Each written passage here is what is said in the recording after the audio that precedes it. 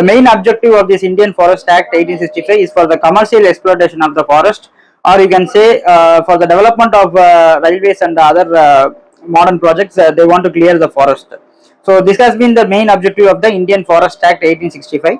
And now we can see next as a Forest Act 1878. So this was the next act, major act which was developed to repeal Indian Forest Act 1865.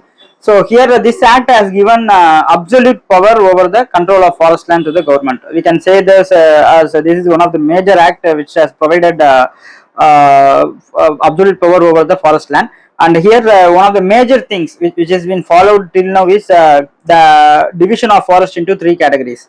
So that means reserve forest, protected forest and village forest. And this type of this kind of three kind of forest has been categorized first time ever in India under this Forest Act 1878. And here the reserve forest, these are called as the best forest. That means these forests will have more tree covers, dense. So this will be categorized as a reserve forest. So one particular thing you have to note down is in the reserve forest, villages and even the tribals or forest dwellers, they won't have any rights at all. So even for their own use, they cannot go into this reserve forest and take or cut down the trees. So they are it's very strict over this provision. That means in reserve forest, the entire power will be with the government only. So no villages or forest people will be allowed inside the reserve forest.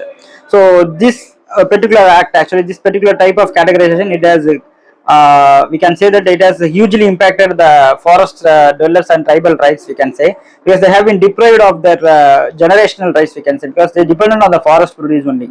Now they won't be allowed, means then that will be a major impact for them.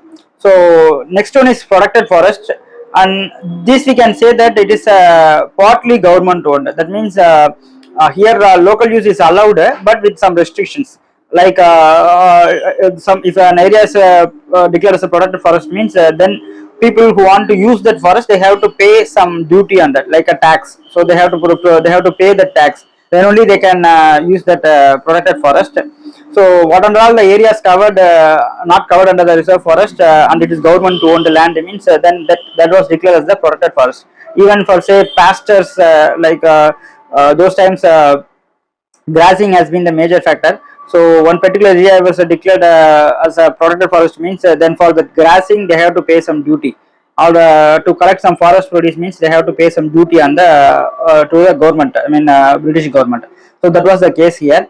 And village forest, and this is third category, where this type of forest only the local communities they will have full rights on this village forest. That means they have the responsibility to develop this reserve forest, I mean village forest, and they have to manage this forest, and they can use this forest also.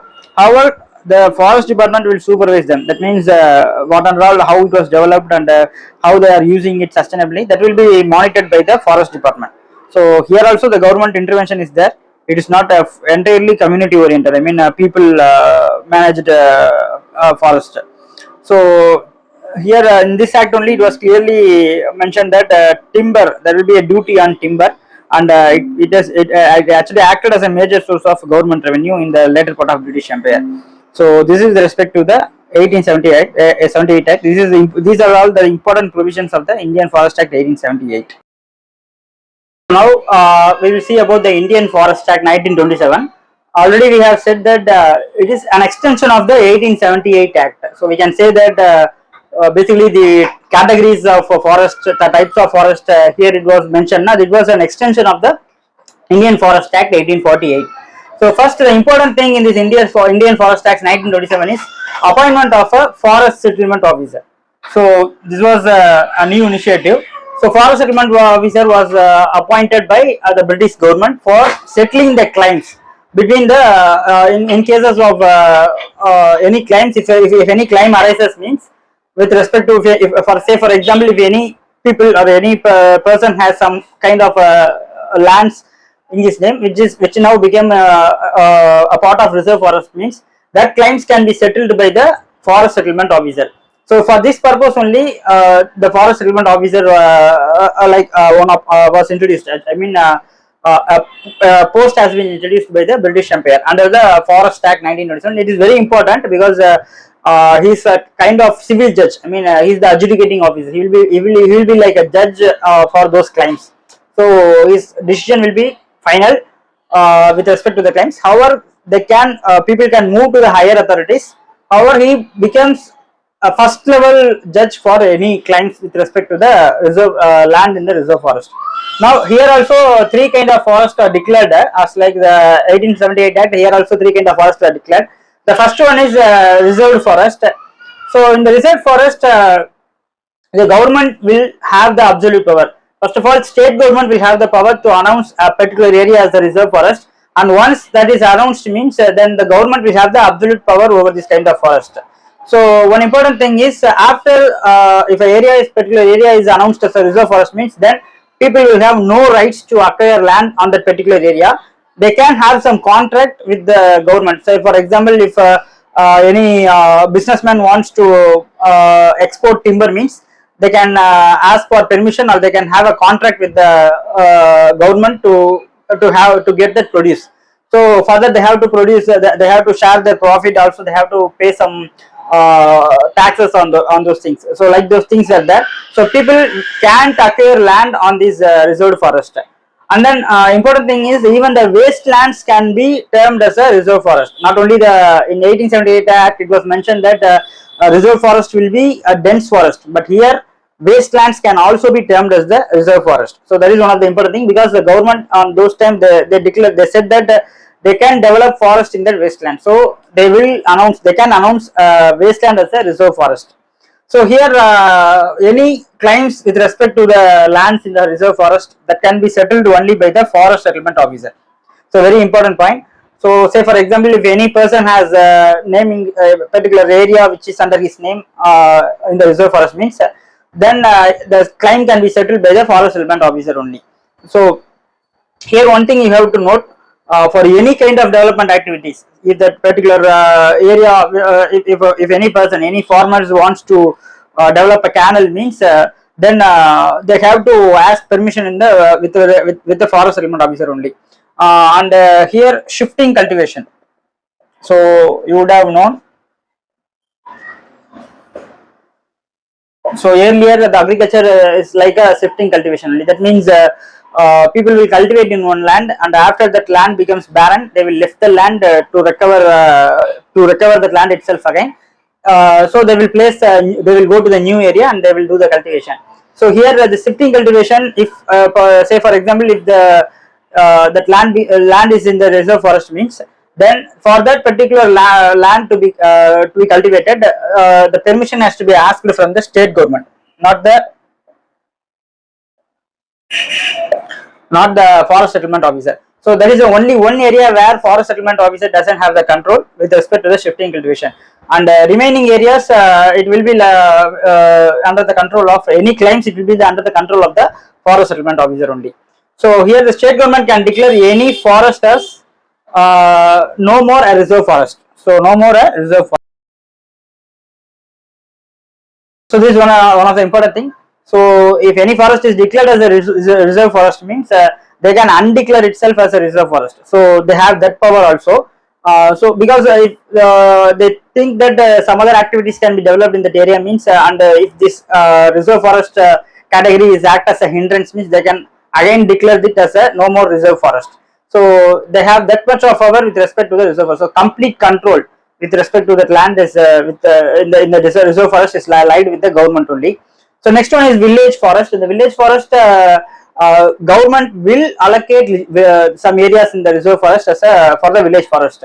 So village communities, community participation. So village communities will develop that forest and they can take full resources from the village forest. So here it is very important because of the community level participation.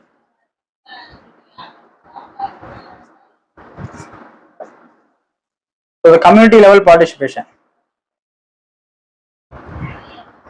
So it was first recognized under the concept of village forest only, and after the independence also we have followed the same kind of community level forest community level forest concept. After the independence also we have followed this village forest concept, and it became very much productive in some areas. become failure in some areas. That we will look into the afterwards. That we will go into the afterwards. So here then protected forest. So what under all the areas not covered in the reserve forest?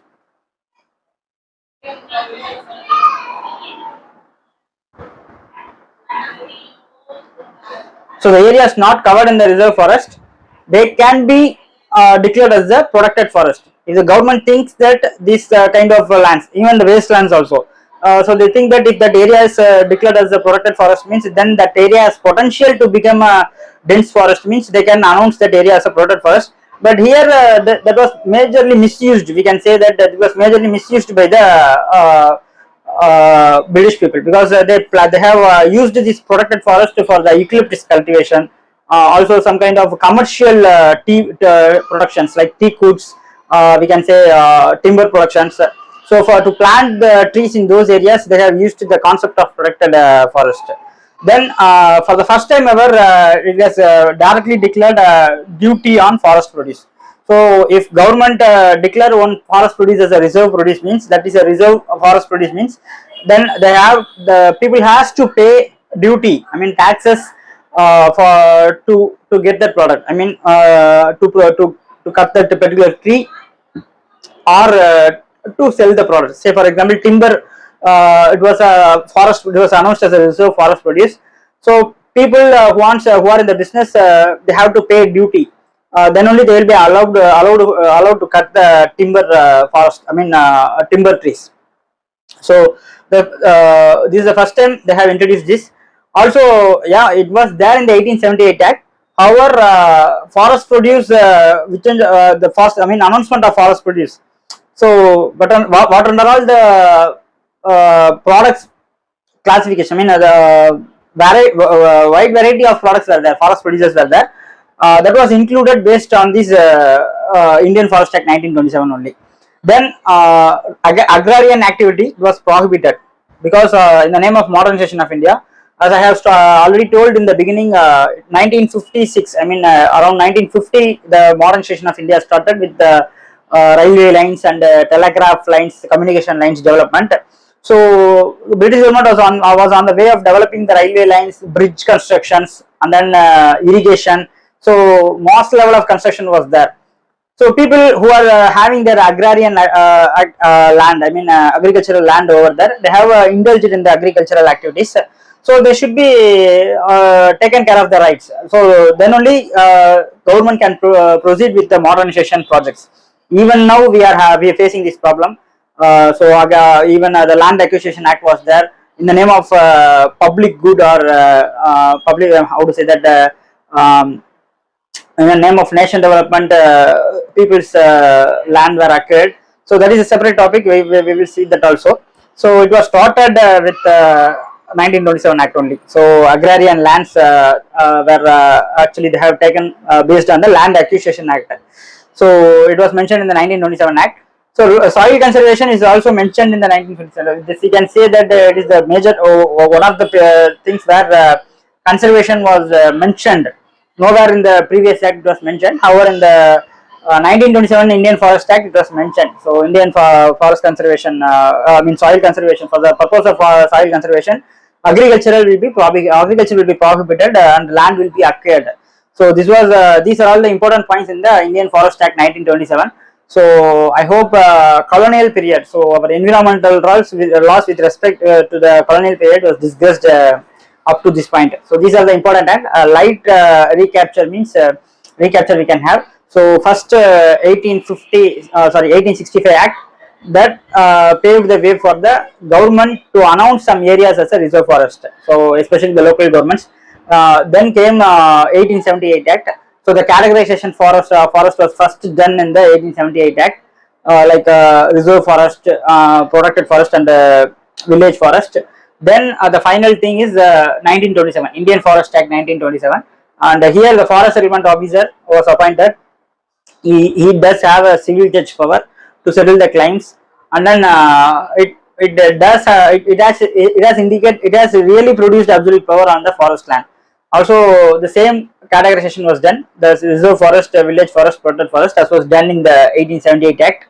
Then right to levy on forest produce, duty on the forest produce was also one of the important things under the 1927 Indian Forest Act. So this is with respect to this video, and in the next video we will see about the Forest Conservation Act of 1980.